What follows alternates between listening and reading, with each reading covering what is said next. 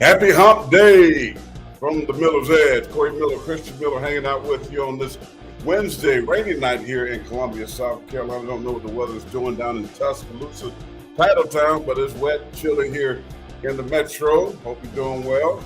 Midweek, getting ready for some NFL playoff action. More of that this weekend. Of course, AFC, NFC Championship gets on the way. The four teams will battle to see who gets to the Super Bowl out in Phoenix, Arizona. So we're going to talk about that. Some really good games last week. Jalen Hurts getting it done. Jalen Hurts is a finalist for the MVP. That came out today, so we'll get into some of that. Also, there's news or scuttlebutt floating out there on the interweb, as they say, of Jeremy Pruitt, former Tennessee ball head coach, former defense coordinator for Alabama Crimson Tide. Folks are saying that he has been cleared. What does that mean? There won't be any kind of issues with him coaching. Let's just say if Nick Saban wanted to bring him in to replace Pete Golden, so we can talk about that. Of course, who's a new offensive coordinator is going to be at Alabama. We can get some of that. Wherever you want to go, we got you covered here on the Miller's Edge. Well, let's start with the National Football League, Christian, because that's what's really happening and popping right now. College football is done and over with. Of course, we got the Reese's Senior Bowl going on. I think they start checking in this weekend, I believe, so we can get in some of that if you want to. But the NFL is where it's at. First of all, what you think about the games last week? Which one probably shocked you the most? Because you had Buffalo, a lot of people with all the emotions and things that was going on with Damar Hamlin. They had a home game hosting Cincinnati. That game probably surprised a lot of people. Cincinnati, Joe Burrow getting a victory over Buffalo. Jacksonville went to Kansas City. Patrick Mahomes goes down with a high ankle sprain, goes out in the second quarter to get some treatment, I should say, and get x-rays. They came back negative, and he finished the game. Spectacular performance. Not a ton of yards, but the fact that how he came back and won that game, knocking Trevor Lawrence and the Jaguars out. So some good games. Which one would you say surprised you and or shocked you the most? Oh, man. Well, dang, that's tough. I'm sorry. First and foremost, I'm sorry about what happened to your Giants. They kind of got boat raced. They got boat raced a little bit by the Eagles, but I mean, I think we kind of knew the Eagles were going to take that. I know you had to stick with them because you're Allegiant. You played there, but the Eagles look good, man, and I think they definitely have a great shot. But 49ers also look good, but Dallas did a really good job of coming up with a defensive game plan. They made Brock Purdy finally kind of look like a rookie. They neutralized him at least for that first half, and then it's just almost like they ran out of gas. And I hate to jump on that train of throwing Dak under the bus, but he's got to play better. Those two turnovers were kind of costly in that game. And, Tony Pollard going down does not help you at all because he's kind of emerged as that running back number one. A lot of attention goes to Ezekiel Elliott, for the great things that he's done, but I think we've kind of seen that shift in that running back room. So that was a big loss. But in terms of being surprised, man, I thought the Jaguars played pretty decent, going against the Chiefs and Arrowhead. Man, I think what really stood out in that game was the play calling, on both sides. I watched Jacksonville line Christian Kirk up in the backfield at the running back position, which I'm pretty sure Kansas City must have been, bringing the pressure because you watch the middle linebacker, tell the defensive end, hey, basically what we used to call a share rush, meaning like if this running back swings or peels, you got to peel him, you take him. And man, you got him. Yeah. And lining Kirk up right there was genius because he runs like a wheel route for the running back position. Defensive end has responsibility for him, and it's easy touchdown. And I saw some other play calls from Kansas City too. Just the way these guys implement these plays to get their playmakers the ball in creative ways, man. I think that's what I was most impressed with. But I was surprised, the way Cincinnati showed up. Joe Burrow came to play. I mean, from the beginning of the game, Buffalo just couldn't come up with an answer to stop that offense. And it was weird. It was almost like Buffalo just kind of didn't really have that energy, that fire, Yeah. which you thought they would, especially with it being an emotional game. But maybe it was so emotional that they weren't in the best state of mind. It just seemed that Cincinnati just was playing with the edge, and I was really focusing on the offensive line that is basically a whole new group now. They have three guys replaced on their offensive line, and then you watch them. I mean, their offensive line was dominating the Bills' defensive line. I mean, and that was the difference in the game. Joe Burrow was clean. Whenever they Yeah. wanted to run the ball, they had no issue with that. Joe Mixon lowering his shoulder, just really having his way in the running game. He's an effective, passing threat when he releases for pass. And then, Jamar Chase and T. Higgins, those guys, arguably both, two of the best receivers, young receivers. So I think for the most part, things have gone, as expected. I think now my attention is going to go to Kansas City and Cincinnati, Mhm. whether Patrick Mahomes is going to be healthy, because I don't know if you've had a high ankle sprain, but I have. Oh, yeah, I've had I it had one. before. Yeah, yeah. I had one my rookie year with Carolina, and hell, I couldn't even walk for about a week. I really needed crutches or a boot or something, some type of support, because it's just so painful, and you just don't have that strength. So I'm imagining trying to play a week later after suffering a high ankle sprain. And, I know people are going to say, oh, well, he finished the game. Well, you got adrenaline running. They went and shot him up. They taped him up, spatted his Mhm. cleats, probably, all these things. But I know for a fact when he woke up, you can't tell me he didn't have a hard time moving around, walking around. And I know he wants to play, but the question is, how healthy is he going to be? How effective can he be? Um, but they got a good backup with Chad Henne. So if they have to resort to him, I think they'll be okay. But I think there's definitely a lot to look forward to this weekend, and yeah, I'm definitely going to be tuning in because I think we have some really good football ahead of us. Well, going back to the Buffalo Cincinnati game, you're right. I mean, uh, Buffalo was flat. I mean, it's almost as if they were Mhm. just burnt out, and I attribute that to a lot of the emotional things that were going on. Damar Hamlin was back in the stadium, Mhm. first time in the box. Although these conspiracy theorists out there, these people, I don't Oh know if you God. like, oh, they're the NFL and all these folks are pulling this thing over wool. Or why won't they show his face? You couldn't. CBS only flashed, to the box one time, and somebody saying, "Oh, he's passed away," or does he just playing this thing? I mean, people are just stupid. I mean, there's the most idiotic, stupid people that sit around and come up with this foolery. I mean, it's just absolutely stupid. Like So who you does don't you don't think that you don't think that's a clone? You think that's him? this? I mean, oh, we can't see his face. He got a hoodie on. They all wear hoodies all the time. I mean, come on, man. I mean, it's family. It's who's going to put themselves through that? I mean, like to fake the funk. Like, are you freaking kidding me? It's almost like it's an indictment against the healing power of what God has done, which makes me more angry. But I just can't believe people are saying it. But anyway, I thought that the Buffalo Bills were flat. I thought that they were not engaged in this ball game, and they still had opportunities. And they got down 17-10. It was snowing. Um, they couldn't, get anything going offensively. Josh Allen had a horrible game. Buffalo's Mhm. problem has been a couple of things. One, they can't run the football. And if you can't run the football and you become one dimensional, you're not going to have much of a chance in playoffs.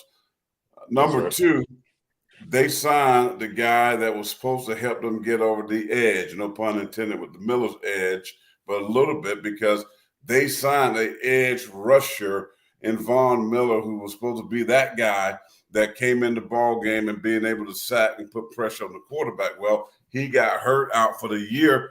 No Von Miller. They got zero pressure on Joe Burrow.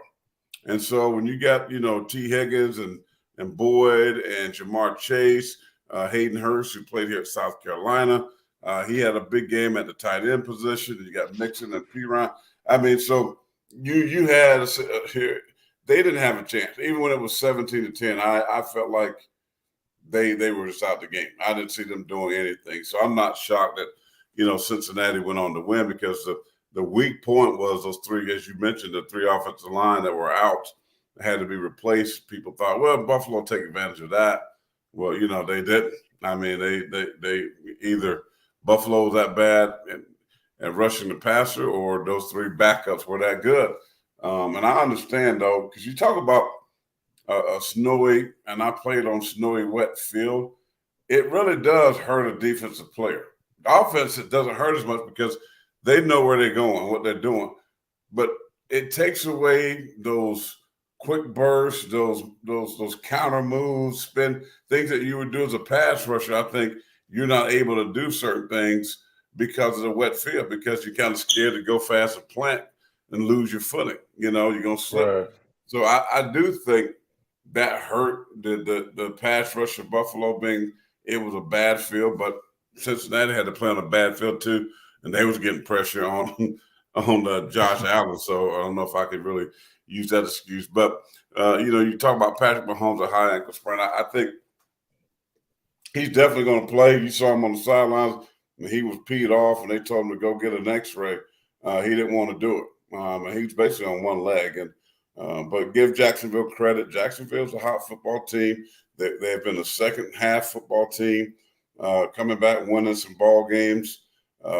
Chargers coming back from 27 down, winning.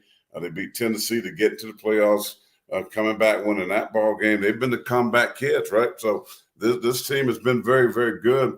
But Patrick Mahomes, when needed, went down and made big plays. But to me, Chad Henne, you mentioned that. When he went out, 98-yard drive with a backup quarterback, to me, that sealed the deal, because that turned out to be the biggest drive of the game. And he took the team down and scored a touchdown, which tells me Andy Reid is not afraid to play him if Patrick Mahomes can't go. I think he feels comfortable with playing Chad Henne, and he's done it before. I don't know if it's been a playoff game, but he had to come in and win games before. So I think Kansas City is in good shape, whether Patrick can finish the game or not with Chad Henne. But it's going to be a good matchup. Joe Burrow has beaten Patrick Mahomes the last 3 times. Last year in Kansas City, remember that? And Cincinnati went to the Super Bowl. So you can't lose. That's the big thing about home field advantage, man. You can't lose that. You can't get your butt kicked in your own stadium. I mean, for an opportunity to go to the Super Bowl. So do you see that game? How do you see that game playing out? Can Joe Burrow, the turtleneck, the crazy outfit, the shades, Joe Cool? I mean, he's cocky. He's got – listen, when quarterbacks get cocky, I don't know about you, but, man, I want to hit them in the mouth. I do. I mean, I want somebody to blow their tail up. I mean, no. One thing when we played decade in the 90s and 2001, listen, no quarterback going to walk around there cocky, because they can do it now because the rules going to keep you off of them. But we had coaches that would say, "Go glasses, A." We had coaches with you want to walk around and act cocky, okay. You want to run your mouth, you got it like that. We got something for you, bro. Were they putting bounties out? Huh? Were they putting bounties out? Yeah, we did our own bounties. We had. You can say that now. No, we had $5,000, $10,000. If we knocked certain people out the game, that's just the way it was. I mean, New Orleans Saints weren't the only ones doing that.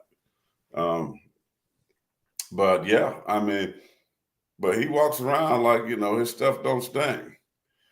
But see, that's what defensive players got to take ownership.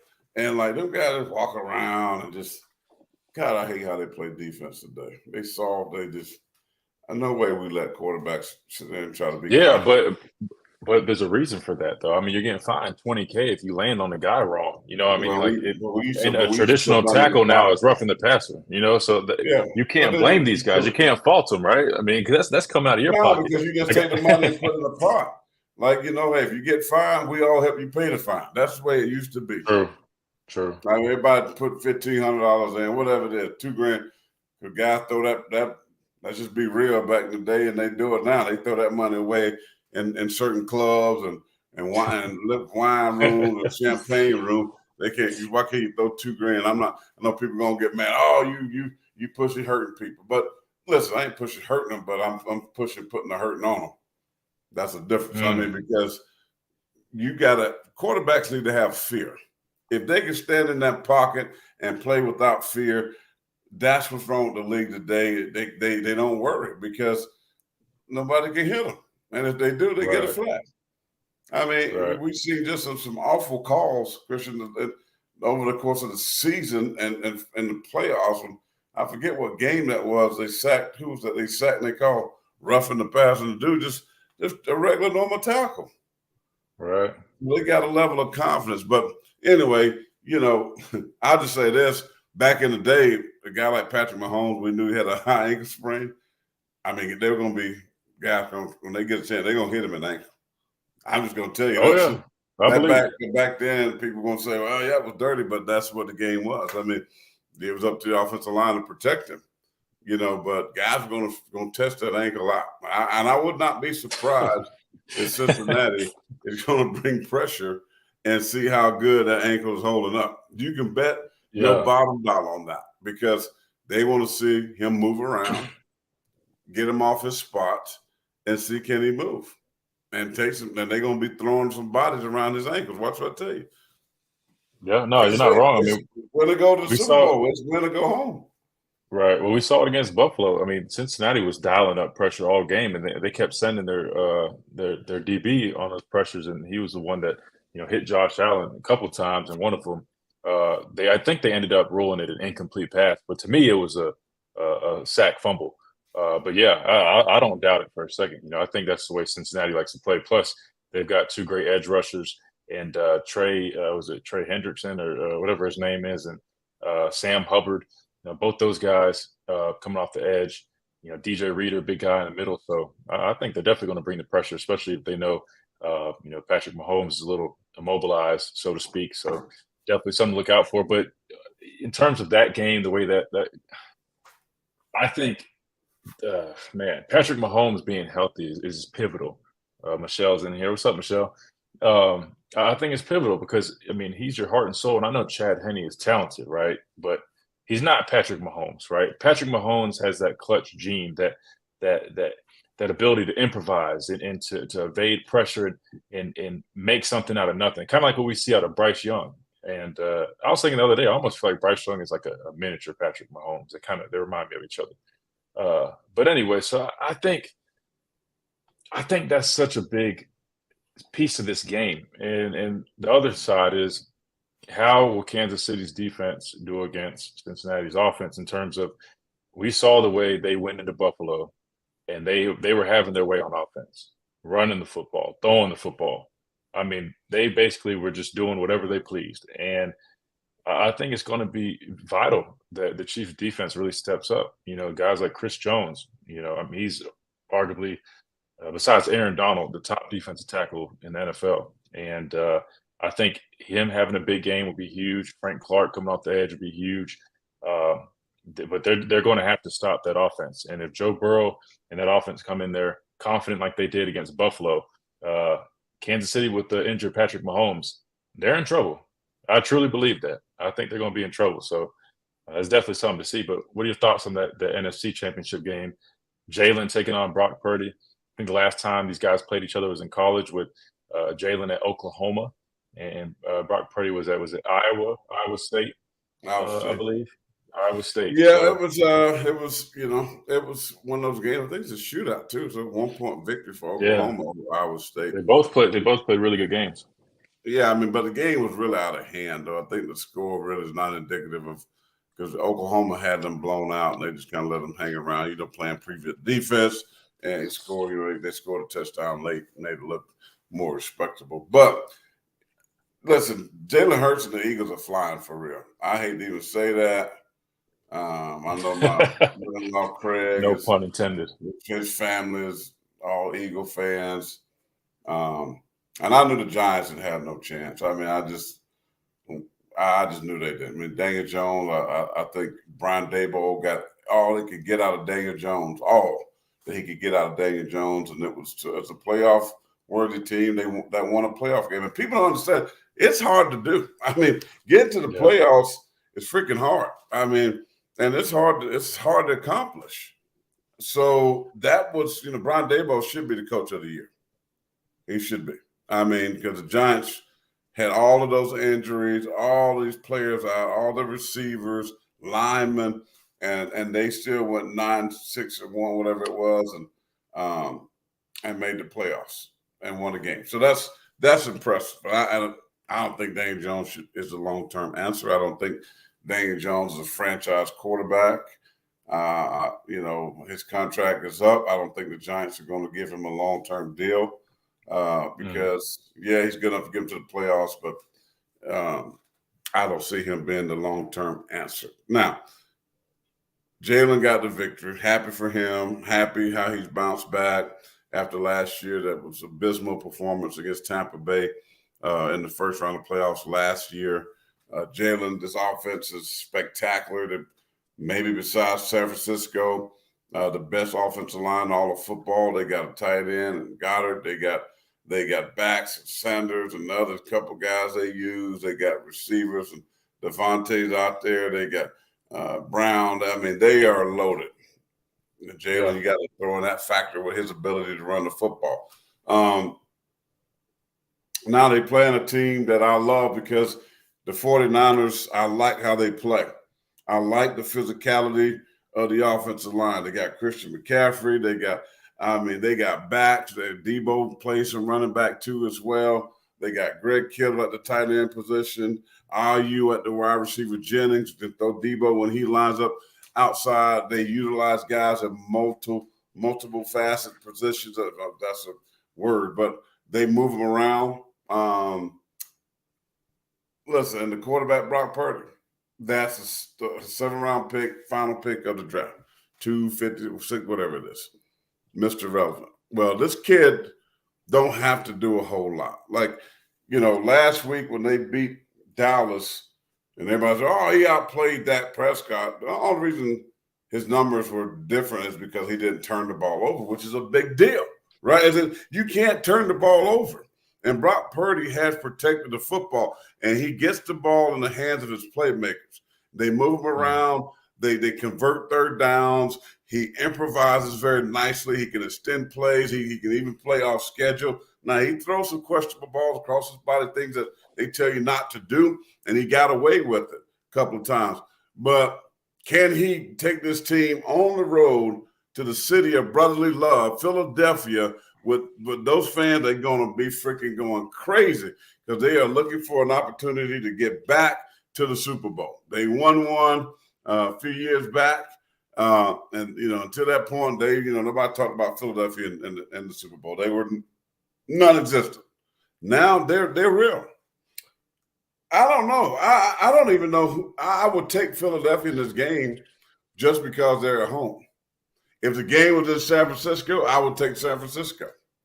I think home field advantage is going to be that major in this ballgame. I really do. Because it's tough to go on the road and win.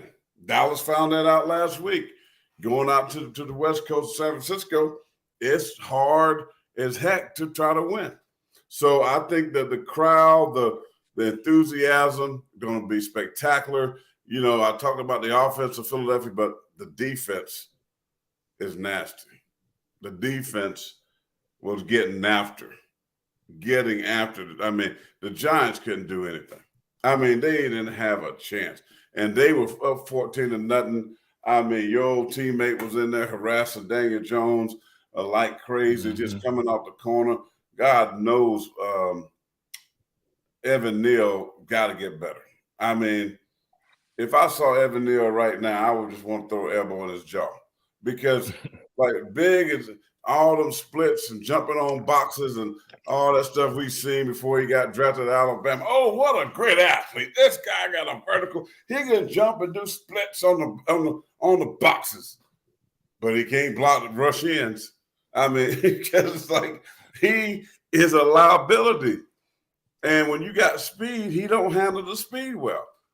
He got to get better. I mean, he's a big dude, man. Come on, you can't slander my Alabama guys. But I hear what you're saying. But he's I got you. But he's a big, heavy guy, and I know he's athletic for his size. But the fact of the matter is, you can but he every time he don't shuffle his feet. But because he's too big, he doesn't have the footwork or the speed like a Cam Robinson, right? Like Cam is athletic and has like excellent footwork, right? You watch Cam with his sets. Like Cam can kick, can move, adjust. He's not opening the gate. You can tell Evan Neal needs to really work on his footwork because he's so heavy set that it's a struggle. And guys like Hassan Reddick, who you just were mentioning with the Eagles, Hassan is like 230 pounds and runs like a 4.5, almost 4.4 speed. Like Hassan is jumping the snap. He's blazing by him. So Evan's panicking already because he's threatened by his speed, and he don't even have time to really get in the set because he just doesn't have the footwork. So what does he do? He resorts to kind of swinging, opening, and We open that's and all get he people wrote. on every time. Yeah. I mean, that's. I sat there and I'm going, it's not the offensive line sitting here telling this guy. That's why you do all them kicks. Offensive line, Right. kick. Stay on the line. Let him come to Yeah. you. If you try to still run around, you're going to be up the field. You push him by. Quarterback knows he got to step up. It's not that hard. I mean, he's a great – if you could do box jumps with splits, your big tail should be able to kick. I'm sorry. I mean, you're a first-round pick. If you can't play out there, then what he needs to do is move down and play guard, where he don't have to worry about it, where he can now get in and fight an inside game, right? Because – and he kind of looks more like a guard to me anyway. I think he's out of position. I think the Giants should put him at guard because I don't think he's a good pass protector at all. I mean, and I saw it at Alabama, but he's at certain times when he played there, I mean, you can see if he had a good speed rusher, he didn't handle that well. Now, if you try to bull rush him and he get them paws on you, he got you. But anyway, that defense of Philadelphia is phenomenal. And they can rush from inside, they rush from outside, they get good push up the middle.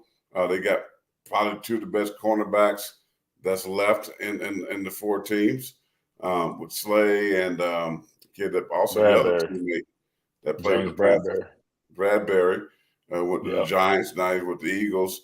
So him and Slay at the corners and the safeties are very opportunistic. They playing with a rookie in there who's been solid, making some plays, and they got the other kid from New Orleans that can't believe they let him get away. So the linebackers are running hit guys. I mean, so when I look at that, what's going to be the difference with this game? And I think if San Francisco is able to run the ball against that defense, which they have shown at times they can give up plays in the run game and stay out of third and longs, I think San Francisco can win the game. I really do. I mean, because San Francisco defense, listen, Jalen's shoulder better be shot up, padded up, because one of them safeties, when they come, bro, they coming with bad intentions. I mean, they are coming down here flying to knock your tail out. D'Amico Ryans, the defense coordinator of San Francisco, has just been phenomenal. And he going to dial it up. And they're going to run them zone reads and outside, inside zone plays. And I'm telling you right now, Jalen better pack his lunch on this game on Sunday, because they're going to be some shots. And Devontae only weighs about 177, and he's going to try to run them slants when those safeties come. I'm telling you right now, it's going to be hard, but something in me saying San Francisco's going to win this game. And I hope they don't, because I want Jalen and Devontae and all the boys from your teammates to get a chance to win a Super Bowl ring. But some reason I'm liking San Francisco in this game. And I think it's because I think their defense is so good that Jalen, how did they run for 268 against the Giants? That ain't going to happen. That's not going to happen. People blasting Dak Prescott. Yeah, he made a couple of mistakes in that game. But that defense, the number one defense in the National Football League, they don't give up a lot of points. They don't give up a lot of chunk plays. They tackle well. That rush with Bosa and Armstead. I mean, they got Big Kinlaw in the middle. Listen, these boys now, I don't know what's going to happen to the other edge guy, because he got arrested for pushing his girlfriend down. So I don't know if he's going to be able to play or not. They just said they just wait to see how things play out. But there was no injuries or anything like that. So I'm probably assuming that's going to get dropped. The girl probably dropped it, whatever the charges or whatnot. But, he got arrested, I think, last night. So that's the other edge guy. on the other side of Bosa, so I don't know what's going to happen with that. But somehow, if you ask me today now, I might change. I got to sleep on it. But right now, I'm leaning San Francisco. That's fair. That's fair. I love their defense, and I think what makes them so good and so dominant is that they have all pro type players on every level. Like that Yeah. safety to me reminds me of like the new generation Palomalu. His name's Talanoa Hufanga. Man, Yeah, that dude crazy. man, you got him in the back end. Fred Warner, who arguably is top linebacker in the NFL. And I can't even get this picture out of my head because it was just so impressive. He's mugged up in the A gap, showing pressure. He bails out, runs down the seam with CD Lamb, Dallas Cowboys wide receiver, number one receiver, gets a pass break up, and I'm just like, he just did that. But I mean, he's known as a tackling machine. Like that dude can do it all. Like, man, and you up front, Bosa, Armstead, Kinlaw. I mean, they just have so much talent on every single level, and the way they play is just they harass people. Like they're dominant, they're physical, they're fast. They just play with an intensity, and I'm worried about Jalen in that offense, going against that defense because I know they're going to cause problems. Now I know Jalen definitely can cause some issues to them just because his ability to use his legs and that RPO game is very tough on a linebacker, right? Linebackers then have to respect the run, but also have to get back in their coverage. So that Eagles offense, I can see causing some issues for that defense as well. But man, I agree with you. I think if San Francisco can get Christian McCaffrey going, and I think they're going to have to, get Debo involved, implement some play designs to get those guys the ball in some unique fashions if they have to. Just let them make plays. And I think it's going to be a game of two really good defenses. I'm really excited about that because you just were talking about the Eagles defense, and they're phenomenal as well. I mean, Fletcher Cox, Hassan Reddick, Josh Sweat, those guys. I think they have Sue as well in the middle. But man, and then I think their secondary is one of the best in the league. You just watch Darius Slay and James Bradbury; those guys are just locked down corners. It's hard to throw against those guys. And you mentioned, C.J. Gardner-Johnson, who was in my draft class with the Saints. He is playing lights out now that he's with the Eagles. So, man, I think it's going to be a great defensive game. I'm really excited to watch that one. If I had to pick between the two, man. Oh, it's tough. It's tough. I think I'm gonna go with Philly though. I think this is Philly's year to really make it to the Super Bowl. And I know it's hard to say that with them going to face that type of defense, but I really have faith in Jalen and those guys. I think Jalen's going to have those guys fired up, ready to play. I know the leader that he is, and you see it week in and week out. And I think they really sense that they're this close, and I think they're going to go out there and play a great game. I don't think it's going to be easy by any means. I think it's going to be a very close game, but I think they might edge this one out. So I'm going to have the Eagles. I kind of hope they do. I mean, I really do hope that. I hope so too. I mean, I don't know. I got two Gamecocks on the other side, Kinlaw and Debo. I got the Alabama guys on the other side. It's kind of like Alabama versus Carolina for you. Yeah. So I'm thinking this. I'm thinking, which is kind of a generic, because I'm sitting there thinking the Cowboys didn't play great, but Dallas defense was on fire except for that one drive where San Francisco got real physical and ran the ball and, scored. But Dallas defense got tired. I mean, right. That doggone Micah Parsons, man, that dude's, I mean, he's probably one of the best players that I've seen since LT. I mean, he's not LT, but he might be the most dynamic that can do everything. Because when I see him use the Reggie White hump move, and he's not a big dude. I mean, he might be 225. But, man, he is so explosive and fast.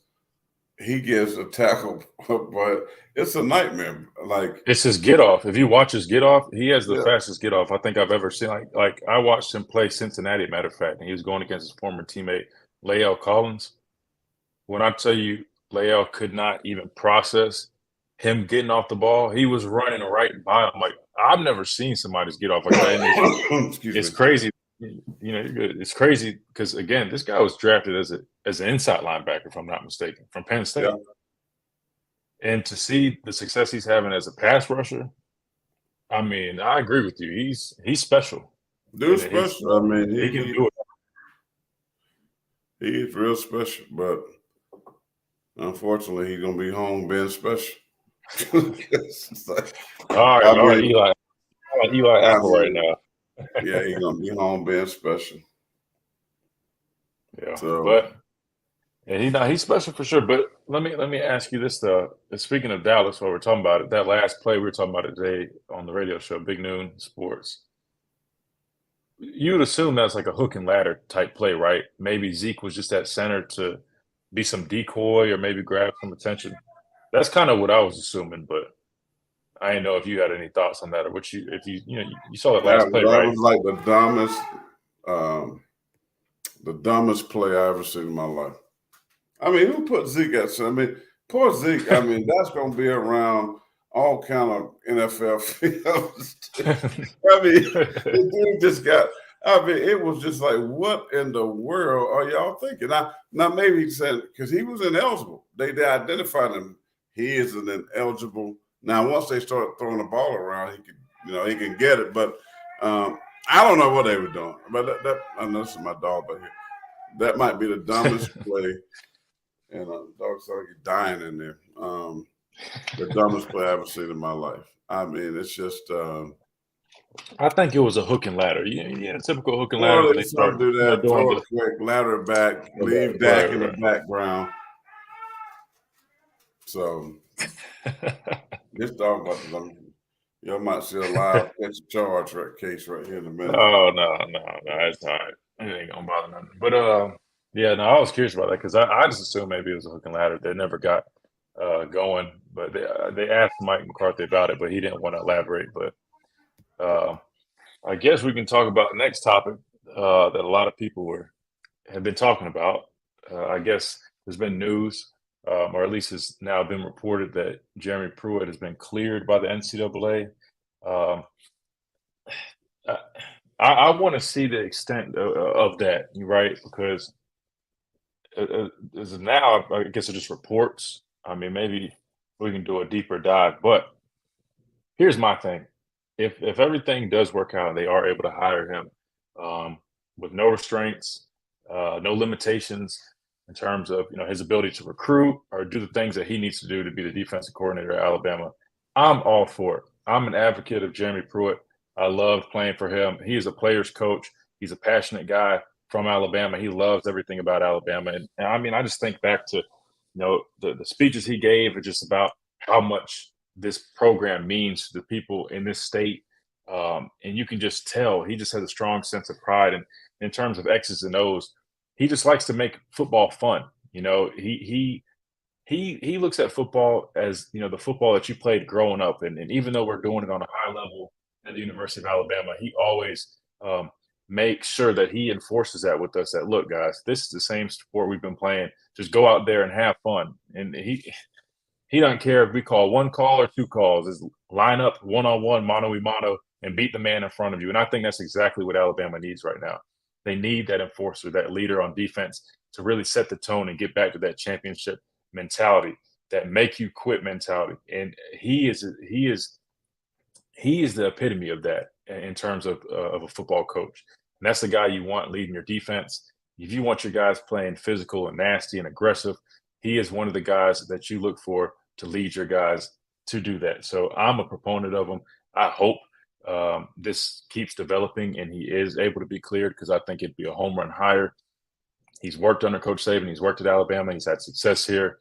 He's a hell of a recruiter, hell of a coach, loves his players, and I think it'd be a great hire. And so I'm hoping that this can keep developing, and we do hear that he will be announced as a new defensive coordinator sometime soon. Because again, I think this is exactly what Alabama needs right now. Well, I'm looking at it. This is on your radio station here, Tide 100.9. It says, according to sources of Bama Central insider Joy Blackwell. So Joy Blackwell is the one that's putting this out there of Alabama Insider, Alabama Central. Jeremy Pruitt has reportedly been cleared by the Southeastern Conference to take a coaching position within the conference despite the ramifications of his actions as a head coach of the Tennessee Volunteers. Pruitt's clearing is not official, nor has it been formally announced by the conference or anyone connected to Pruitt directly. Many have speculated since before Pete Golden had departed Tuscaloosa for Oxford that the only thing stopping Nick Saban from hiring Jeremy Pruitt was some red tape that was going on in Birmingham, which is where the SEC offices are. So per Blackwell sources, that red tape has been cleared.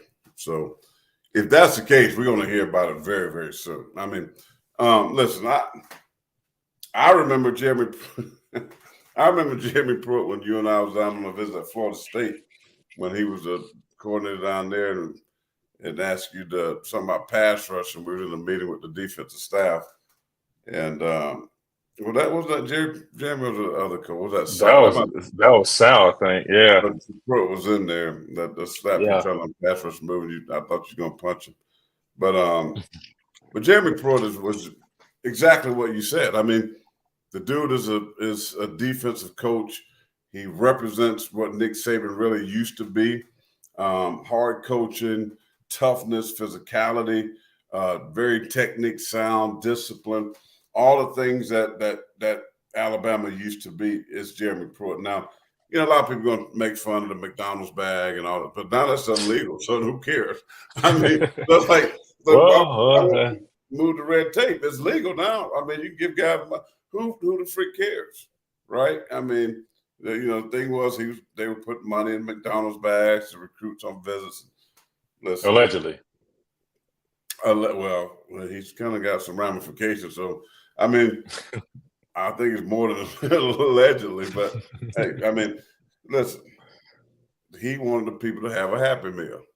So while they was at they're real happy with that meal, I'm sure. I would have been happy with that meal, too. That would have been bad. Let me go get me some chicken nuggets and some sauce. But there was some real sauce up in them. Benjamin was laid out, pressed, and no wrinkles in them things. But yeah, it's I think they're going to hear. There will be some pushback just from the fans of maybe other schools, not so much Alabama, because they loved when Jeremy Pruitt was here, and I think they've seen this defense. Although if you look at the stats, they're going to say, hey, Alabama State was really good, top 10 defense in the country. But if you watch the game and understand who Alabama used to be, nobody can run the football on y'all. Nobody can run that was taken away. If you're going to beat them, it had to be through the air. Now we've seen them become vulnerable in that aspect as well. Tennessee game, the LSU game, other games, they were pretty solid. But then we saw like Ole Miss and Auburn ran the ball for crazy amounts of yards. I mean, and you go like, who is this defense over? No toughness, nobody getting mad, nobody slamming helmets and being pissed off on the sidelines. Nobody was being angry. If that was Jeremy Pruitt, he'd have been throwing headsets, he'd have been throwing Gatorade. There's no way he would allow this defense to be gashed the way they were being gashed. And so, listen, if Nick Saban could hire him without any ramifications, I don't see why he wouldn't, because he knows the defense is an easy transition. And as you mentioned, he's a great recruiter. He's from that area. He's home. I mean, you don't think this Alabama program has been the place that coaches go to rehab. So Jeremy Pruitt fits, right? Let's look at your resume. Jeremy Pruitt, let's look at your resume. Yeah, you became a head coach. You went to Georgia, Yeah, now you got a little issue with the McDonald bags. All right, let's clean up your image. Come to Alabama, get back on the sidelines with Nick. Win another championship. People forgive. We live in a forgiving country. They'll forget about it, the McDonald's bags, because of NIL now. Everybody's getting money some kind of way, some shape, form, or how, right? And then you just go, Good call. And so I can see that happening. But if not him, then it's going to be the guy at Georgia. You know, a lot of people keep saying, "Oh, he's going back. He going to NFL for no defense coordinator." Oh, It's going to be Jeremy Pruitt, which if this red tape, according to this guy Blackwell, which we don't know if that's official yet. That's what they're saying. Yeah, if it is removed from Birmingham, which is SEC office, I promise that Nick Saban has a clear path to hire Jeremy Pruitt. Then why wouldn't you hire a guy right now that you know that's one? He's been hiring coordinators. This has been this thing anyway. These guys come and go. But if he can go get Jeremy Pruitt, who I know he loves, that will be a big deal. And I think we'll see this defense getting back to the physicality as well as I think we're going to see the offense look at the recruits, the big boys, physical, pushing people around, getting back to the what do you call it? The identity of Alabama football. I think they lost some of that the last couple of years. The Alabama standard is what we call it. But and I agree with you 100% because, again, I can't reiterate enough. You know, Jeremy Pruitt as a football coach is so passionate. You know, I can count the times we're in a meeting and he's getting emotional talking about how much Alabama football means to so many people. Because, again, he grew up in Alabama. He bleeds crimson and he takes pride in Alabama. And that's the type of guy you want. And he is going to demand intensity from all of his guys. He's an old school style football coach. There's no way around it. And he's the type of guy that will help restore the Alabama standard in that physicality, in that culture of making people quit. Because, again, that is who he is. As a football coach, as a man, he's a great guy. He's a personable guy. He loves his players. Everybody loves him. But when it comes down to getting the business, he demands physicality and aggression. And that's exactly what I feel like we need right now. So I'm a huge proponent of him. I hope it is true that he is cleared because, again, I think that's the direction that we need to go to restore the Alabama standard that we've been talking about so much this past season. So we'll have to wait and see on that one. All you're hearing about the Georgia Bulldogs, Kirby Smart, who these guys on staff together. I mean, so Kirby still is pushing what Jeremy's pushing. So the Georgia Bulldogs defense last couple of years is what Alabama defense used to be. You know, linebackers flying and hitting, pressure quarterback when it's third and long. They had big guys on the inside. Look at those big tackles the last couple of years that Georgia has had. That's going to be, you know, Carter this year is going to be a top 5 pick. You got a kid that's at Philadelphia now, Jordan, the big guy last year, the big dude that can run so fast. Jordan Davis. This is what Alabama, I hope we put this clip up because this is what Alabama has been missing. And the run game starts from the inside out. And what Alabama has been missing the last 2-3 years, they don't have them big physical dudes on the inside.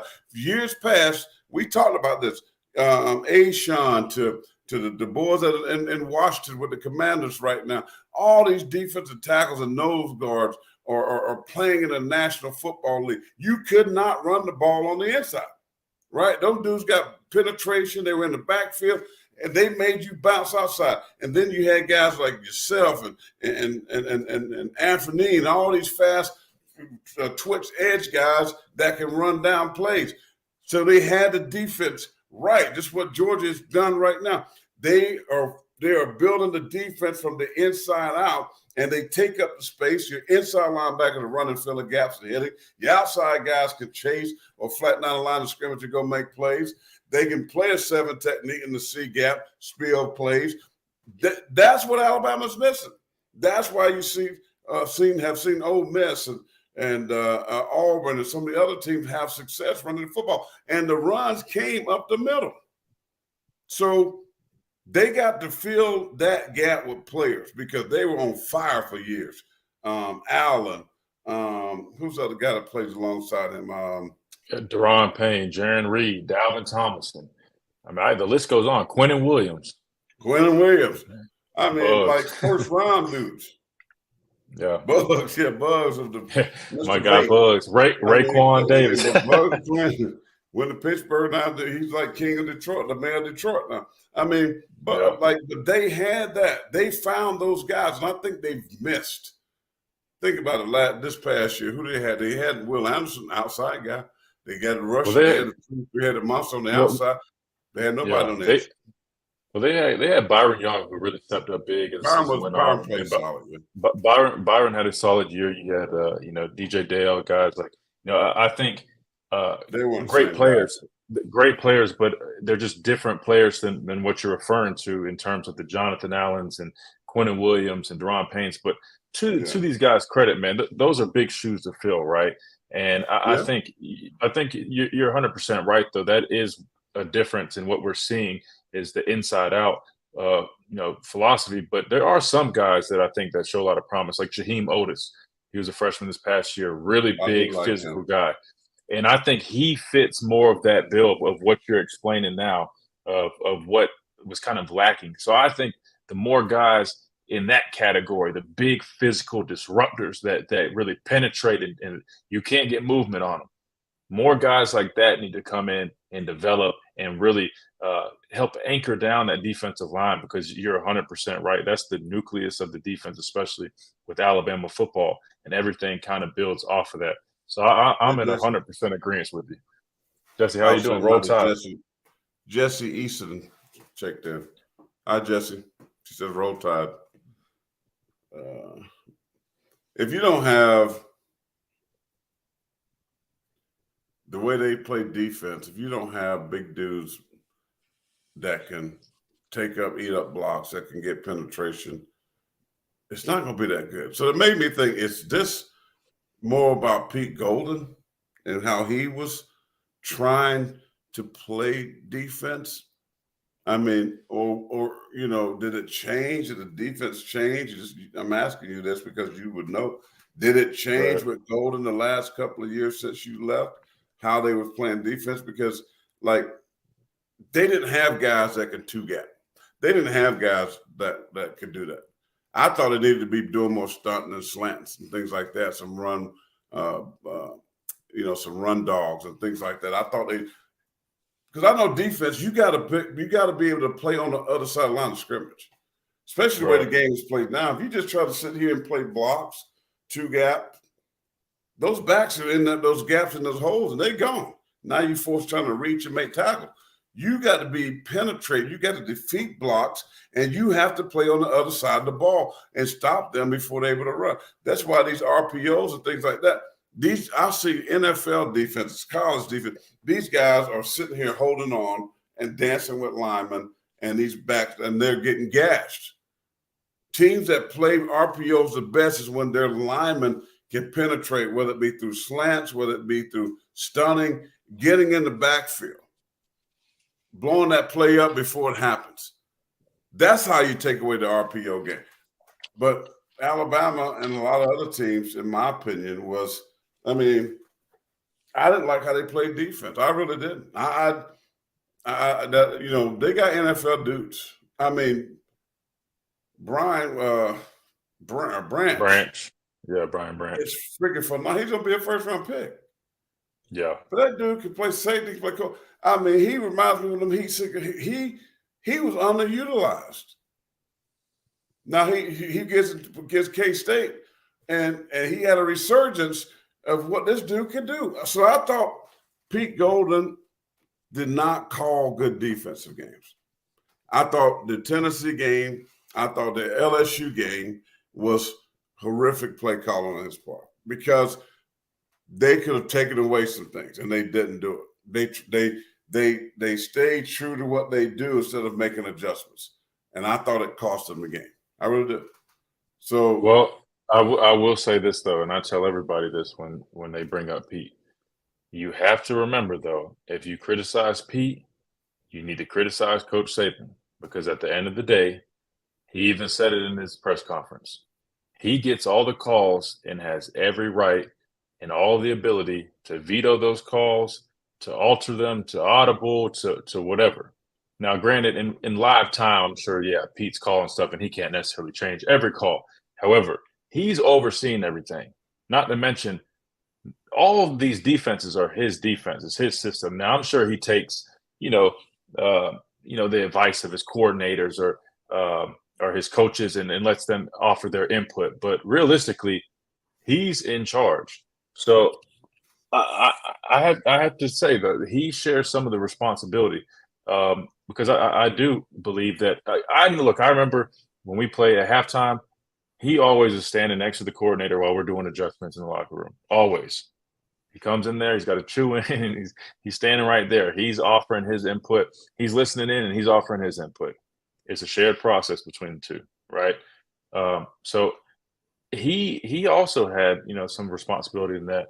And to what you're saying, I do feel that we've kind of slowly shifted over to a more finesse style of defense than a physical style of defense. I agree with you on that. And I can't put my finger on whether it's maybe they're playing to the style of their roster, the type of guys that they have. They're saying, hey, maybe we have this type of skill set with these guys. We're going to try to put them in this position.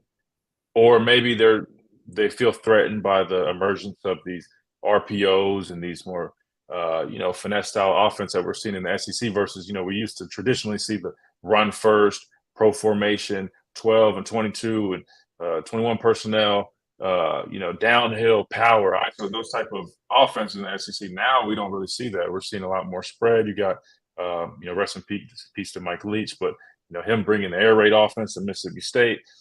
So I think there's a number of variables that go into and factor into the shift in the defensive philosophy. However, I don't think it was entirely Pete Golding's philosophy in that shift, right? I think Coach Saban also had input. I know he does because, again, he oversees everything.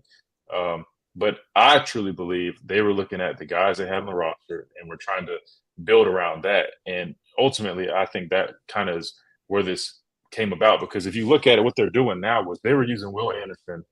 Traditionally, when I played, we had in our base was a 3-4, which we only ran maybe 20% of the time. And we would play teams like sometimes like Arkansas or whoever was, a real silver team or ran a lot of pro formation. We would line up in base, right? Other than that, we really played a lot of nickel. And when we played nickel, we had a jack linebacker and then 3 defensive linemen, right?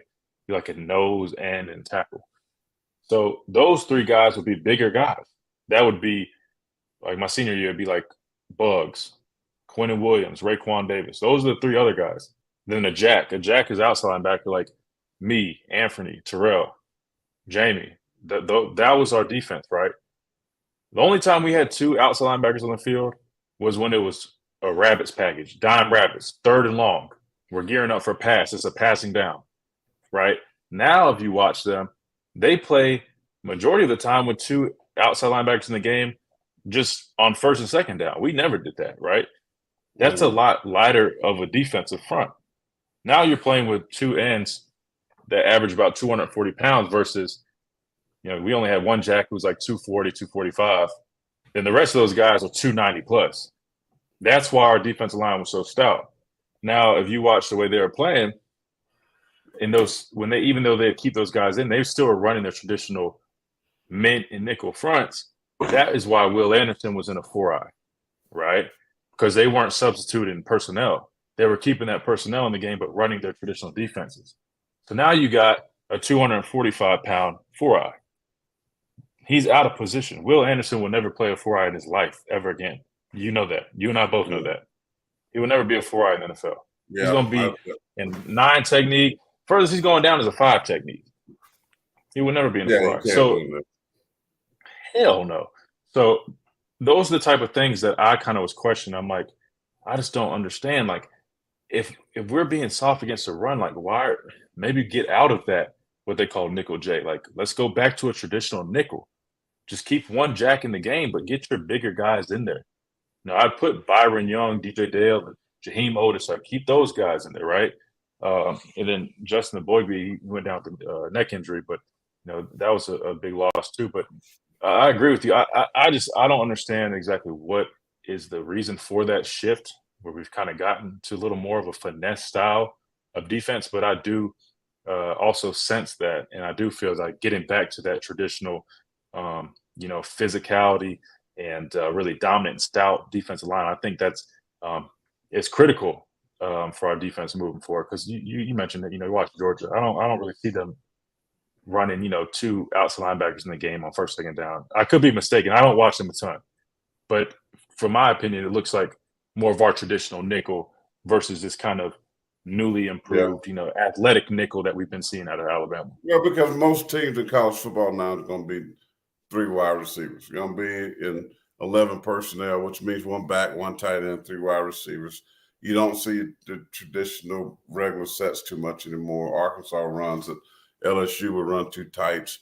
Right. Oh yeah, LSU. So we played a lot of base against. Yeah, they used to run. I mean, teams like that. I mean, other than that, South Carolina used tight ends this year. I mean, but you don't see that. So nickel has almost now become base defense, right? Exactly. So it's all about you can sometimes play regular.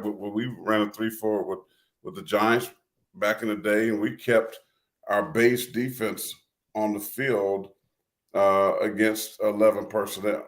And I played the Sam, which means I had to be the one to be to the run strength side, tight end side. Where they go some kind of trips, motion of trips, I would have to slide out to number 2 and put me on a wide receiver, which I could cover underneath pretty good. But if they running down the numbers, I'm gonna have to chase, especially cover 2.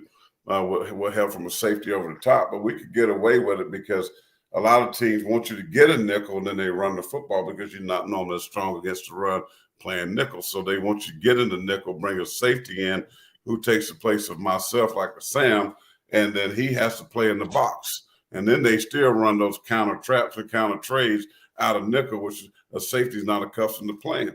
So that's the chess match that goes on with offense and defense a lot of times. So therefore, we kept our base personnel, hopefully got them stopped, and get them in second and long, third and long. Then we there were more heavy pass downs. Then you put your pass defenders in the ball game. So, what Alabama was doing with Will Anderson was they heard his stats because he did it a lot playing a 4-eye. They moved because they didn't want to sub. They wanted to leave that personnel, and that's what I'm saying. They just wanted to. And teams study that. They see that, and they put you in those situations, and that's why they had great success running the football. That's why they could throw up because Will Anderson. His sack number went down. He had a lot of pressure, but he's not going to get great pressure out of a 4-eye. That's not his game. He needs to be out in space and use his speed and athleticism. And I thought those some bad decisions defensively that they made a couple of times during the season. Now, overall, they still was a good defense because they had good athletes. And, they had some shutouts. They played some good games at times. But sometimes you'd be like, what the H are they doing? I mean, it was crazy. I was like, what are they doing? This is not your typical, defense. But this day and age, everybody gives up yards, right? Georgia gave up 500 yards passing to LSU. Georgia gave up a ton of yards passing against Ohio State. Alabama, when y'all played Clemson with Deshaun Watson, y'all gave up because the way the game is played now and tempo and fast, you're just going to give up a bunch of yards. You just keep things in front of you, try to be good in the red zone. So really stats are not telling the whole story because I think a lot of coordinators allow you to get these easy throws. They just don't want to give up the big plays. But anyway, we're talking about Jeremy Pruitt. Again, if you're just not logging in, there's a report out there from Bama Central that is saying that the red tape from any type of penalty or things against Jeremy Pruitt dating back to him being the head coach at Tennessee, where he was allegedly giving recruits before NIL Happy Meal filled with money bags. So now they're saying that red tape has been removed from the SEC office at Birmingham, that which would free him up to be hired by any SEC school. Now, again, nothing factual. That's just a report that's out there. So we don't know for sure, but it's something to keep your eye on because I think he's got to hire somebody pretty quickly, right? You got all these big time number one recruiting class. You got these, they need to know who they're going to be playing for. You got signing period coming up again here in a few weeks. Although they probably pretty much done. I think their whole class already signed. I think everybody they had around 25 guys are all mid-year guys. Yeah. Maybe one or two, or maybe not even two. Maybe one guy might pop up. He's got to go to transfer portal though, get another guy too. Maybe. Where though? Well, I was about to say, but what position do you think though? Like, if you're Alabama, do you love your quarterback room right now? I'll say this: the way Alabama works is they take a lot of consideration into spring practice and really getting a good hard look at those guys. And a lot of things can change, right? Like I remember one year we had four quarterbacks, I believe, right? All of them were in the running to be the starter.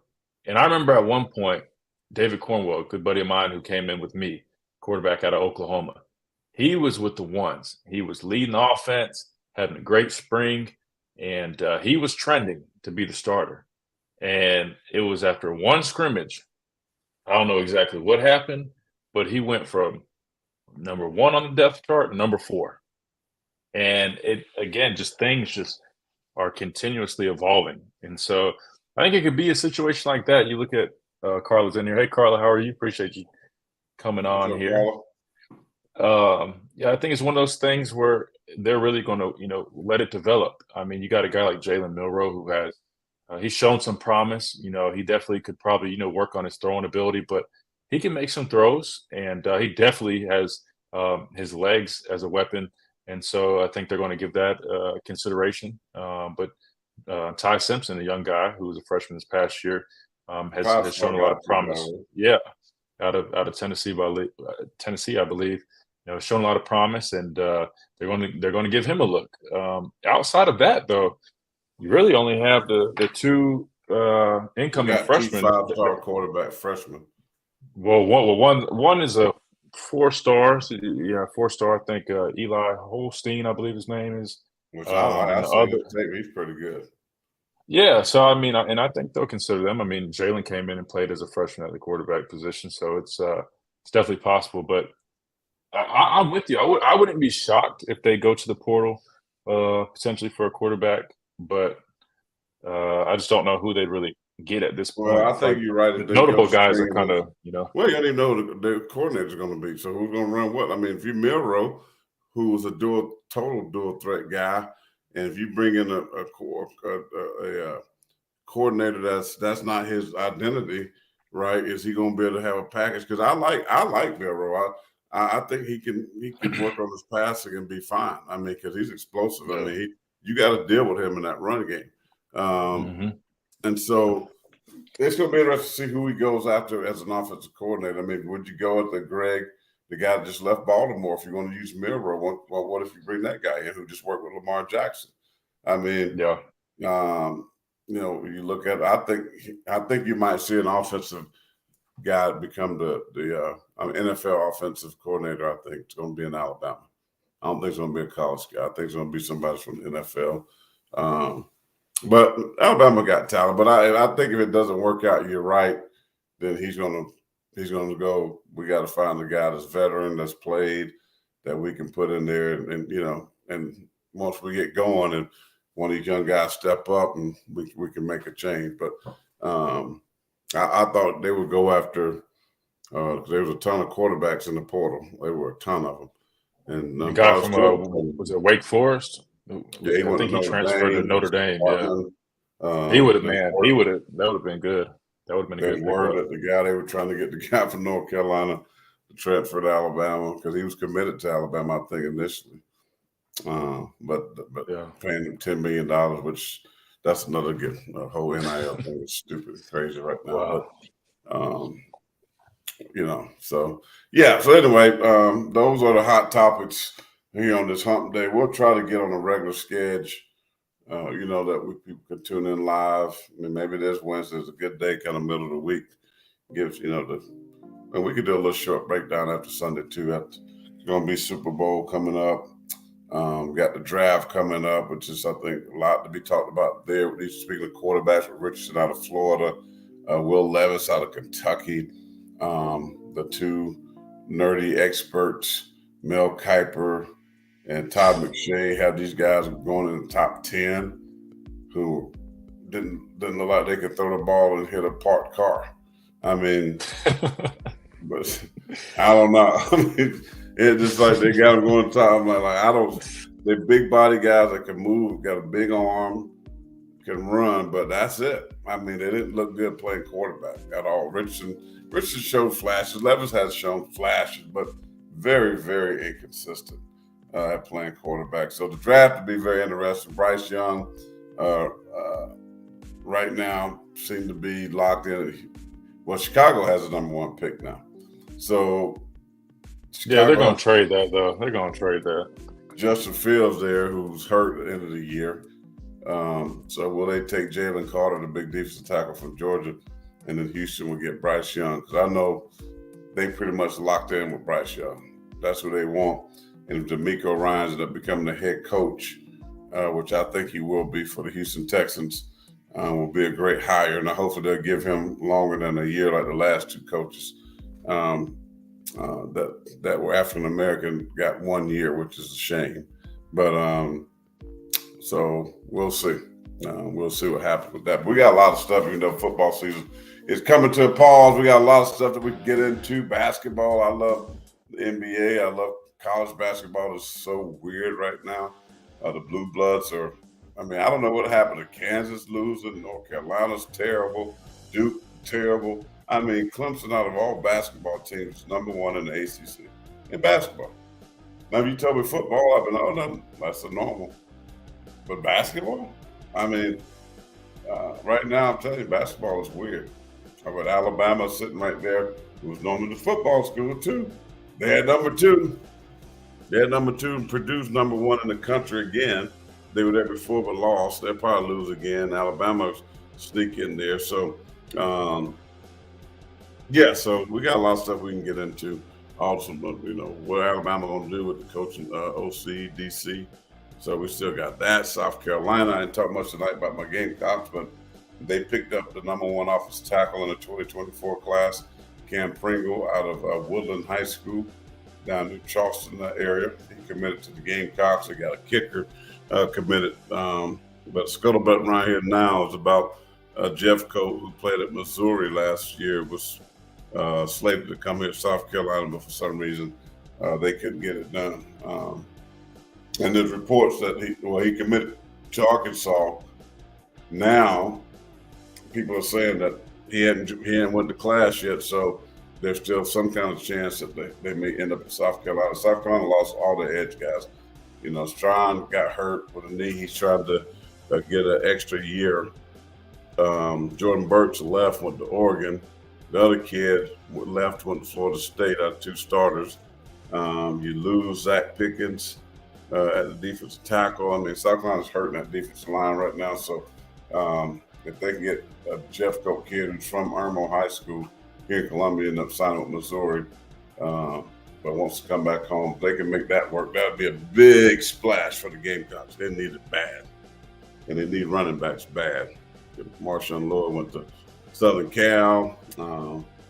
South Carolina got some positions of need that to help them keep pushing forward, after that 8-win season. So they got some work to do here as far as the portal and continue to lock up some of these young freshmen.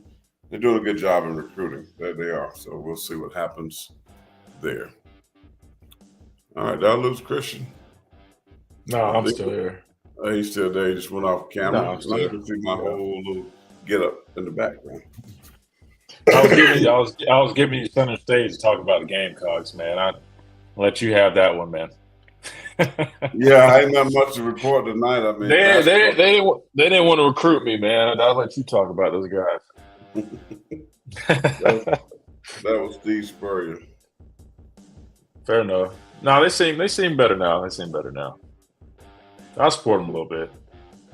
No, Colors doing a good job. South Carolina is in a unique place because now with the fact that you have transfer portal, they are able to make a faster jump. If you just got to build through freshmen, it takes a new coach to come in like South Carolina, who coverage was basically empty. It would have taken 4 years for South Carolina to grow, but because of the transfer portal, now you can get those positions of needs filled. You can bring in a Spencer Rattler. You can bring in a Juice Wells, guys that are ready to play, that you don't have to coach up and train up and get them to the place where they're ready. They come in ready. That's the good news about the portal, and that helps a team like South Carolina. But at the same time, it hurts them because the good players bolted. And that's why the NIL is a huge deal, because not only you got to have money to go get players to come to you, in the transfer portal. You got to have money to keep those players, and you got to manage your roster as if it's the NFL roster now. You got to know that, yeah, I don't care if this guy becomes a free agent. I don't care if that guy becomes a free agent. We can fill his void. But I got to keep these certain guys. I got to keep my money players. Again, no pun intended, but I got to keep guys that are valuable to my organization. I got to make sure I got NIL money for these dudes to get paid because they're going to demand it. And the better they get in your program, the more money they're going to demand because other teams are going to poach them. I mean, Florida State has done a great job of poaching the University of South Carolina. Poached them, right? And so you got to build a structure that manages your roster. And unfortunately, it hurts the high school recruit. It hurts the 3-star guy that a lot of teams feel like he may be a project.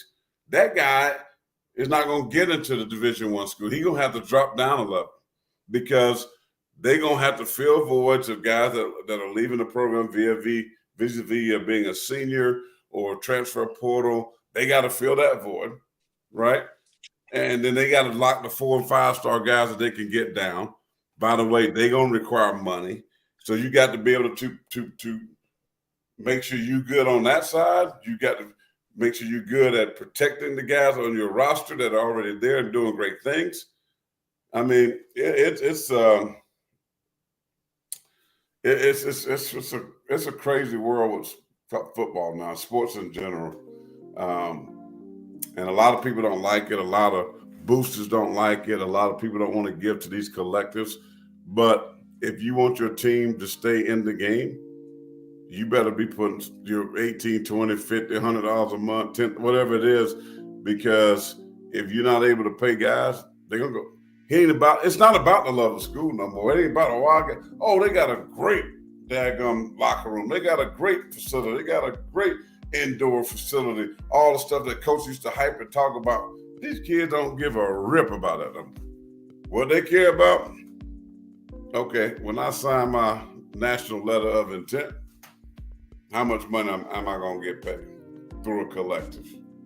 Isn't that kind of sad, though?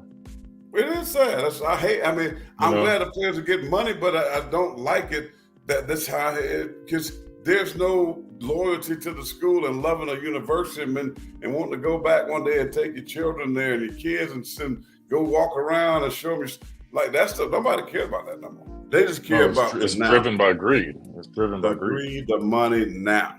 Because now they can get it. Now they don't have to wait to say I can make it to the league. If they can build it up to the point now, some of these quarterbacks getting $5-8 million. That one guy was supposedly or allegedly was supposed to get $13 million without playing a freaking snap of college football is the dumbest thing that I ever heard of. I mean, dumb.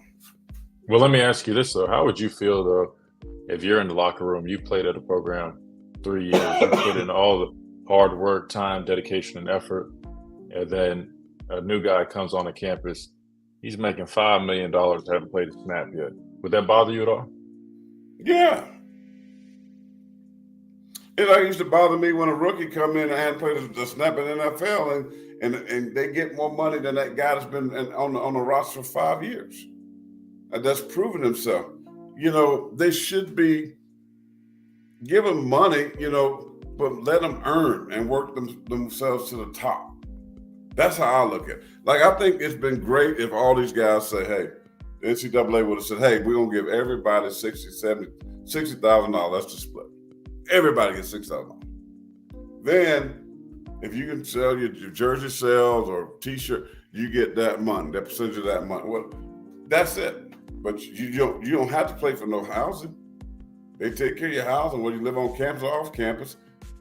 You don't have to pay for no food. You eat 3 squares and they got food. You take it home bags. All you got bags of Gatorade, loaded up with stuff leaving. I mean, you ain't have to worry about nothing. Right. I mean, so you can live good if you got $300,000 over the course of your scholarship. That's a lot of money. But now, man, this thing is so jacked up. I'm telling you, it's so jacked up, and I still want to get somebody to talk about the tax structure and, can these kids create, corporations, things like that, to try to have tax benefits. So there's a lot of different things that's going to go into play when we talk about NIL, and hopefully these kids don't get themselves in a bunch of mess because they don't know the ramifications or understand how it works. Hold on 1 second. I got Missy locked up.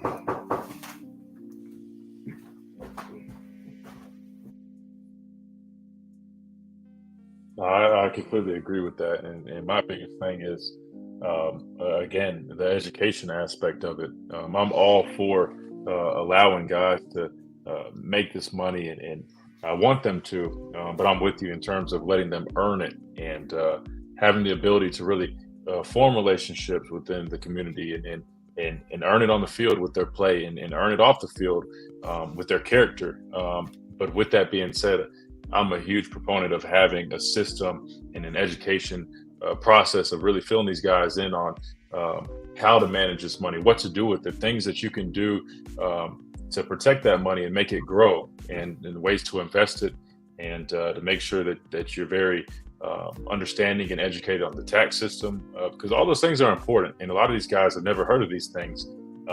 They might have worked a job in high school. They might have some decent form of taxes, but when we're talking about taxes with a lot of money, things can get a lot trickier, and there's so many more dynamics to it. But I'm with you. It's definitely something that I feel like will be kind of the attention will be turned to it next. Look, they've already started looking at the transfer portal. They've now limited to one free transfer before you will then have to sit out a season, unless you have some special type of permission after going through a process. But other than that, I think this is where they're going to turn their attention to, is the NIL, because I think it's gone from allowing players to use their name, image, and likeness in a fair fashion to how much can we pay this guy to come to our program.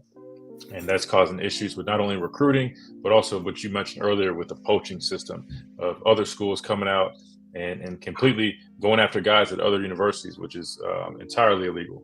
And I think that's going to be an issue if they don't take care of it. And so I highly anticipate NIL being legislated in some way or fashion sometime in the very near future, because I think it is slowly becoming, not even slowly, very quickly becoming an issue throughout college football, or really all of college athletics for that matter.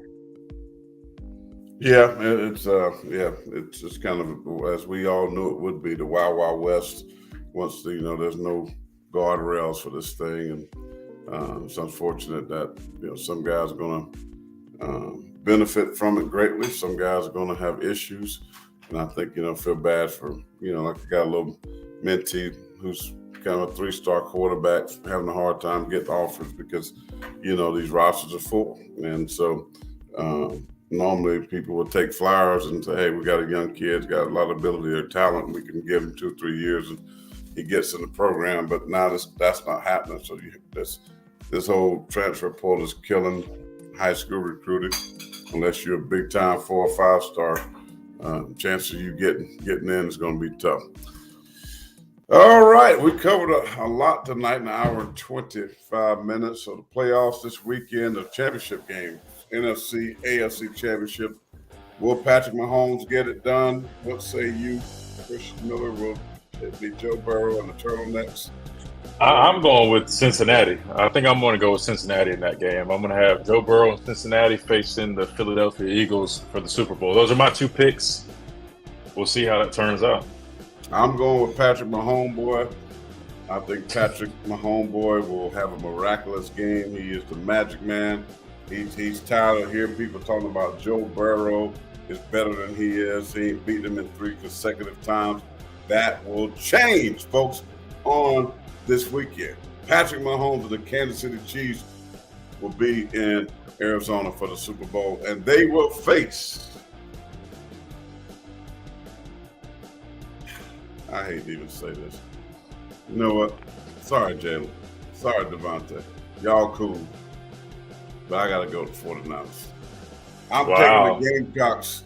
I'm taking Deebo Samuel. I'm taking Christian McCaffrey, former Panther, your old teammate.